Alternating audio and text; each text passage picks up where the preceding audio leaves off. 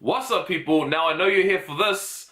Yes, it's interesting. I really want to talk about it, but first let's talk about how Goku went Super Saiyan 3, how the whole episode was in general, and I'd just like to say sorry for last week. I didn't post anything.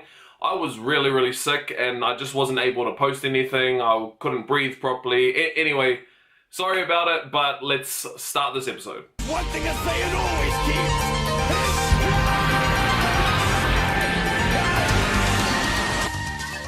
Okay, yes, so this is hype, but let's just talk about Goku for a second.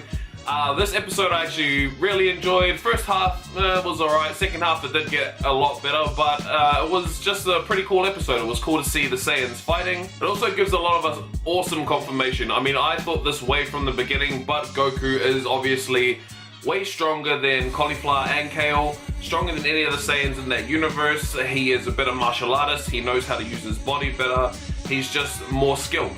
But I know some of us in the Dragon Ball community were a bit upset in the earlier videos saying, why does Goku have to go blue to fight these people? He'd be able to go Super Saiyan 1 and 2 and beat these guys. Yes, we know that, and we did see from this battle that even in his normal state he was a better fighter. Obviously through the fight Cauliflower was getting better, but you could see that Goku generally overall is just a better martial artist. Like I said, obviously Cauliflower was honing her skills in, she was getting better and better as the fight was progressing. That means Goku would have to step up a level just to keep up with her progression. This did really show though the similarities between Goku and Cauliflower. There are also some big differences, like the fact that she's a girl and he's a boy, but the other fact is he is a martial artist, he's been practicing martial arts his whole life, whereas she has sort of been a street thug, just someone that knew she was powerful and no one could really take on. But these similarities are that Goku and Cauliflower essentially have the same thought process towards fighting. They love it, they want to be stronger, they want to be the best. And you know, they're not very educated, but what they do know is how to fight. There's also the underlying potential between the two. Goku, obviously, as we know, is a genius at fighting and he has an immense amount of potential for martial arts, and it seems that Cauliflower has the same thing. This has obviously been demonstrated time and time again where she went Super Saiyan, now she's at Super Saiyan 2, and as a Super Saiyan 2 she is growing even further. Not only is she growing further past the Super Saiyan 2 point, she is really honing in on her skills, she's getting better. But in saying all this and hyping her up, obviously not as good as Goku. Goku could take the both of them on and he was just blocking everything. I mean, I guess it's not fair to say he was blocking everything, but he was doing way better than any of them would fighting him and Vegeta. So initially I was thinking there's not a lot of hype moments in this, it's just really cool to see Goku just whooping them, just being able to take everything they can dish out and then give it back. But some hype moments were when Goku went and transformed into Super Saiyan 2. It was just cool, it looked like how he did it in Namek. It was cool to see the progression. Just him standing there, hair starting to glow, him charging up, and then boom, straight to Super Saiyan 2. But I'm sure the most hype moment of all was when Cauliflower and Kale both threw blasts at Goku and he just powered up, the blast went flying and he went straight to Super Saiyan 3, and man do I miss this form. I mean, I've said this before, Super Saiyan 3 isn't the most efficient way to fight. It's definitely the most powerful in terms of the Super Saiyan forms, but it takes a lot of stamina out of you and you're not able to maintain it for long. That obviously being the reason why Goku went straight from that back to Super Saiyan 2. He even said it himself, he didn't have the stamina for it, but it just looks so cool. He looks like way more serious in that form. It seems like he's like, alright, well, now you're about to get this ass whooping. So my overall thoughts on this episode, awesome, I really enjoyed it. I thought it was just a cool, fun episode to get these Saiyans fighting, and that's really what I want to see, just Saiyans fighting Saiyans. Last week's episode, where Vegeta was sort of training Kappa again, he was saying, hey, remember I told you about Saiyan Pride, this is what you need to do, be a Saiyan, don't let me down, get out there, and then boom, he went to Super Saiyan 2. It's cool to see the dynamic between those two. Vegeta obviously not being able to rule as a king in his time and look after his people, so this is sort of his second chance to do that, to look after his people. And Goku, it seems like it's really cool for him to just pass on this knowledge to someone else. You can really see the divide where Kappa is really leaning towards Vegeta's like, yo, Vegeta's my master, he's gonna train me. And Cauliflower's like, hey, Goku, train me because I know you're strong. Exactly how Goku would probably do it. Obviously seeing Super Saiyan 3 has made Cauliflower real excited, and I think it's made Kale sort of like, whoa, I need to get stronger to help sis out, and then we see her go berserker again. What's actually really cool in the preview was Goku even says she's able to harness her power into the legendary Super Saiyan form, so it's cool to get some acknowledgement saying that that is a legendary Super Saiyan form.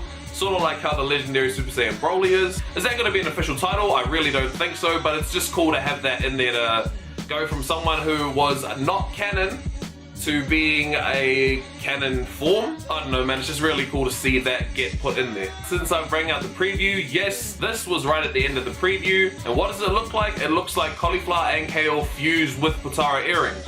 Now, I'm sure as most of you know, we had leaks that said that the next episode was having a new Super Warrior, and then there was a name thrown around out there, Kefura or Kefla, or I don't know what it would be, but it seemed to be that it was kale and cauliflower put together, and that was going to be the new form, the new Super Warrior. Now, I know everyone was thinking fusion, it must be fusion, but no one was really sure. We didn't know how it would happen. Would it be a fusion dance?